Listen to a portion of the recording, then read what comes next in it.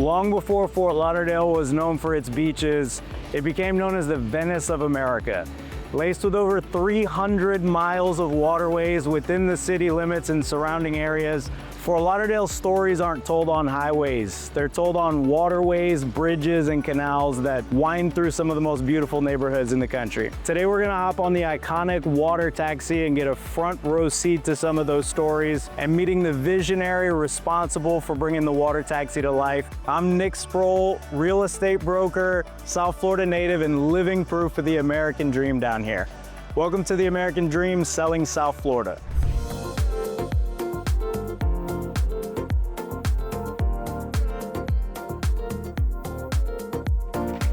Today's new river is a boater's paradise. It's got direct access to the intra-coastal waterway if you want to cruise along the multi-million-dollar properties or pull up and dock at a waterfront restaurant. But it also links to the inlets for direct ocean access if you want to do some deep sea fishing or head 50 miles east to the Bahamas. What most people don't know is that the new river is actually a man-made combination of 3 canals that channel water from Lake Okeechobee in the Everglades, southeast down Highway 27, and then to downtown and out to the intercoastal. Dredging and clearing mangroves started over 100 years ago. The governor of Florida at the time, Napoleon Broward, had a vision to create a waterway that could move lumber and equipment inland and move produce and crops out to the coast. Most of South Florida's cities and neighborhoods would still be wetlands if somebody didn't have the vision to sculpt the new river we see today.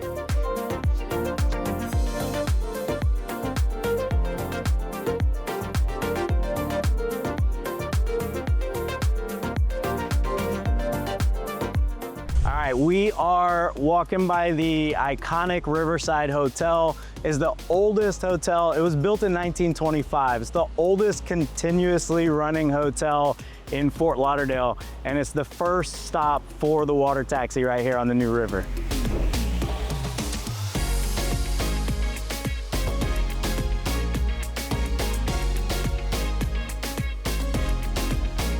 Hi, welcome to the Fort Lauderdale Water Taxi. My name is Amanda, accompanied by our captain, Ben. We're gonna take you cruising along the waterway here on the new river here in Fort Lauderdale.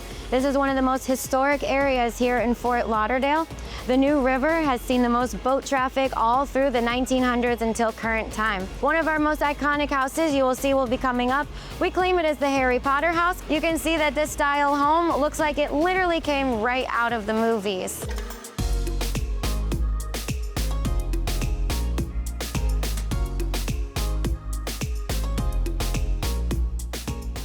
We're here with Bill Walker, the owner and CEO of the Water Taxi.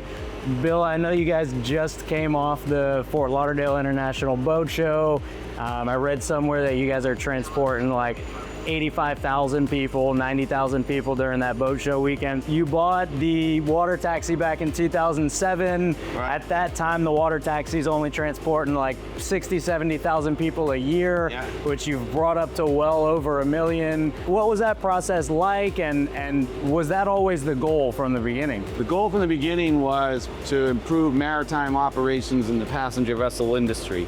My partner flies down and talking over a beer, and I was like, everybody around here thinks this is the coolest thing in Fort Lauderdale. And he said, well, what if we made it akin to the streetcars of San Francisco? So we basically went after branding the water taxi as it should have been and has been. It is the water taxi of Fort Lauderdale, and on we go.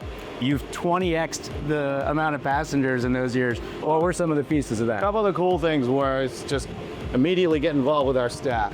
I said, hey, what should we do to really make a big, impression and really listen to the employees of what people, were interested in and things like that. And so from there, really went around and was looking for good partnerships. You guys at this restaurant serve good meals and, a 5-star experience. We're gonna give people a 5-star experience on the water taxi. And that's really been what's the secret sauce to making the place go. It's community involvement, bringing the right employees on. Absolutely. Keeping service first. We always said we're taking people to destinations, whether you were going whale watching or you're cruising around Fort Lauderdale and you want to just hang out, or I want to go to a great place to eat or drink, I want to go to the beach, I want to go see a great park, I want to just see wildlife swimming around on the waterways. I appreciate you taking the time to put this together and telling a little bit of the story here. Sure, no, thank you very much.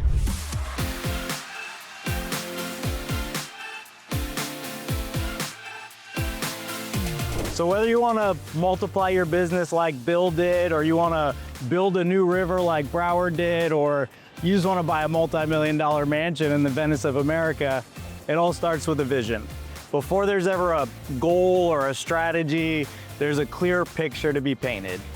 I hope today we expanded that vision for you a little bit more. I'm Nick Sproul, real estate broker and South Florida native. We'll see you next time on The American Dream.